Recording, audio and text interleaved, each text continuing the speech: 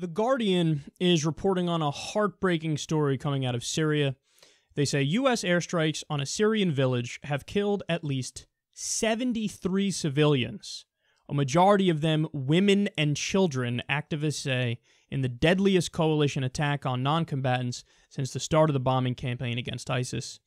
The bombing was part of a 2-month push to seize the town of Manbij, a strategic center key to any further advance on ISIS's de facto capital, Raqqa. Activists had warned of high civilian casualty rates from airstrikes in Manbij even before the latest airstrike.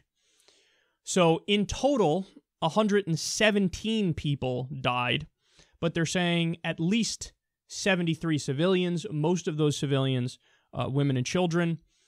According to one count, it was 85 people who were killed, which would mean that that's actually the same number as the people who died in the terror attack in Nice, France.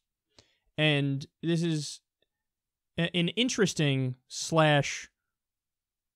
disastrous little case study of how we react to violence depending on who does the violence.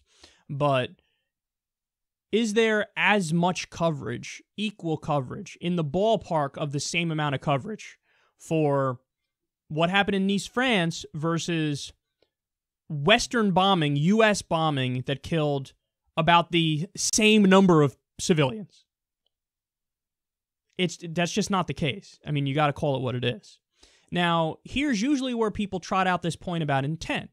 They say, okay, yeah, but the main difference is the whole point of what that guy did is to kill civilians. For us, that wasn't the point. So it was an accident. Now, that's a fair enough point, but I often find that when people make it, they're making it in service of flat out downplaying our violence when we do it. And I do not agree with those ends. That's not like, to make that point is fine if you're making that point as a rational human being and you're still obviously super torn up and distraught about the fact that we just killed about the same number of civilians that died in the Nice, France attack. But oftentimes when people make that point, it's honestly to shut down all conversation about the violence when the violence is carried out by the West and by the U.S.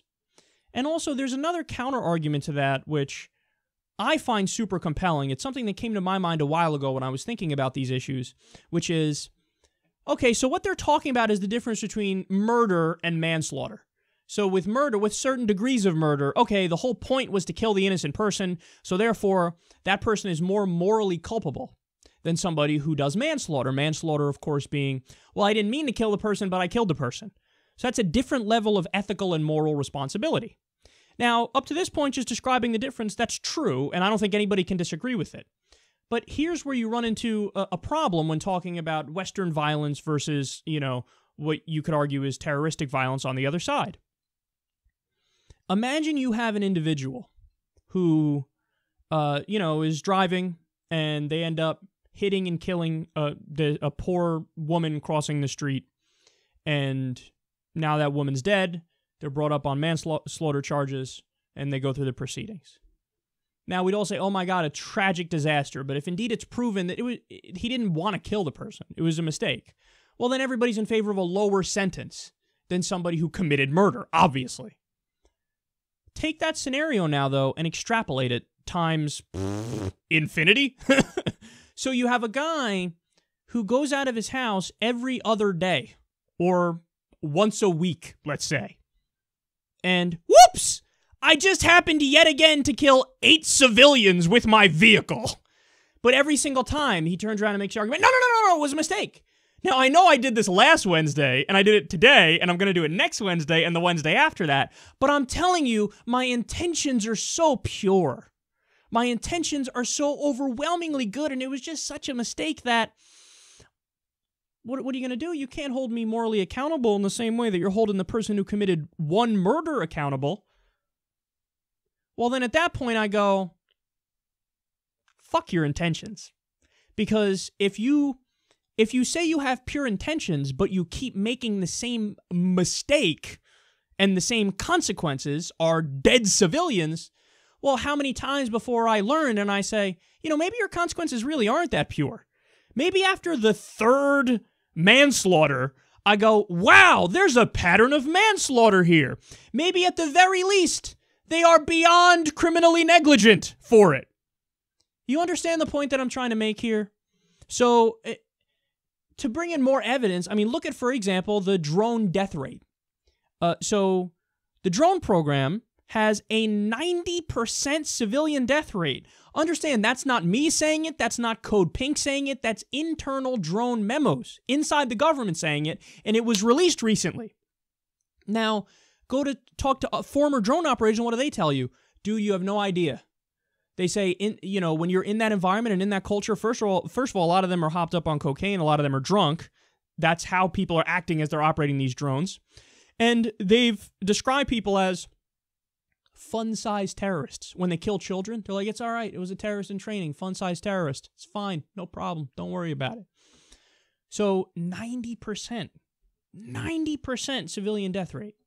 So the picture I'm trying to paint for you is not that Western violence and U.S. violence is what we all thought it was growing up, in the sense that we go, well, I mean, obviously there's like multiple layers of, of a process to try to ascertain guilt or innocence, who the right targets are, get all the right intelligence, and be super precise. And, oh my God, there's a room full of Taliban operatives, but there's also one innocent toddler in there, so we can't do the strike.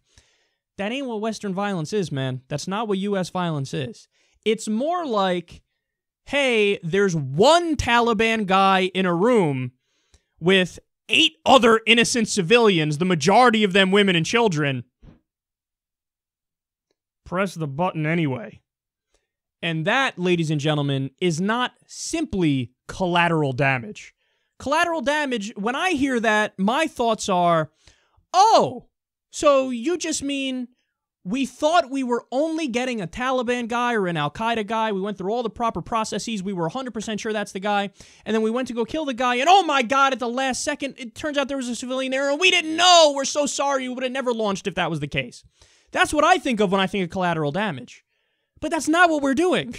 What we're doing is we're playing loose with innocent civilians to the point where, like I just described, if we think we could get one bad guy and 8 innocent people have to die, or 30 innocent people have to die, the people making that decision oftentimes go, fuck it. They don't count as much as Western lives anyway. They don't. You know, what are you going to do? They're fucking random Pakistani people. I don't give a fuck. This is the kind of thinking. So there needs to be loud, aggressive moral condemnation of it, because the violence and the deaths of civilians that we cause has become so normalized that it's always just dismissed as, what are you going to do? Was a mistake. And the most important point, how many more jihadists were created as a result of this? Now, don't get me wrong.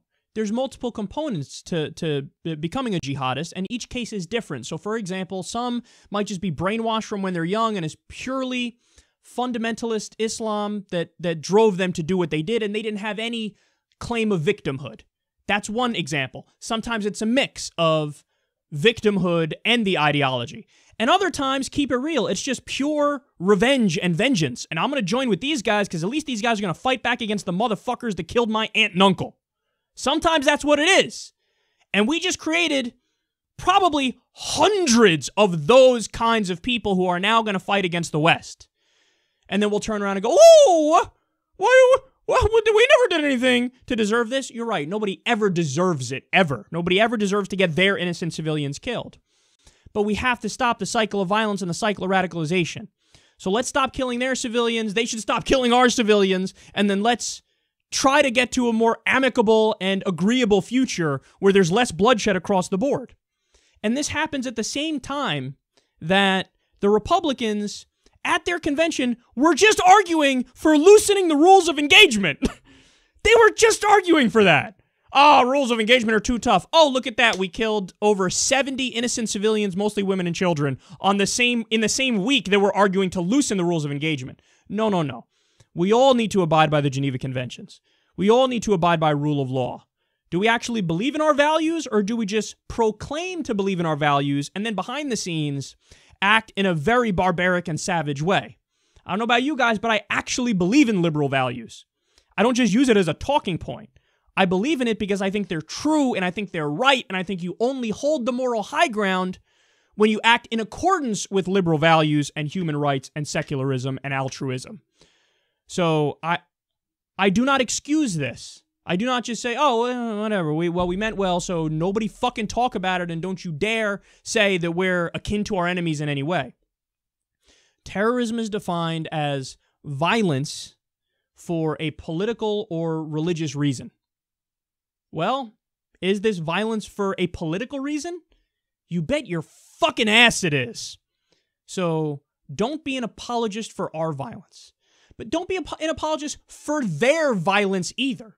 All of the violence against innocent civilians is wrong.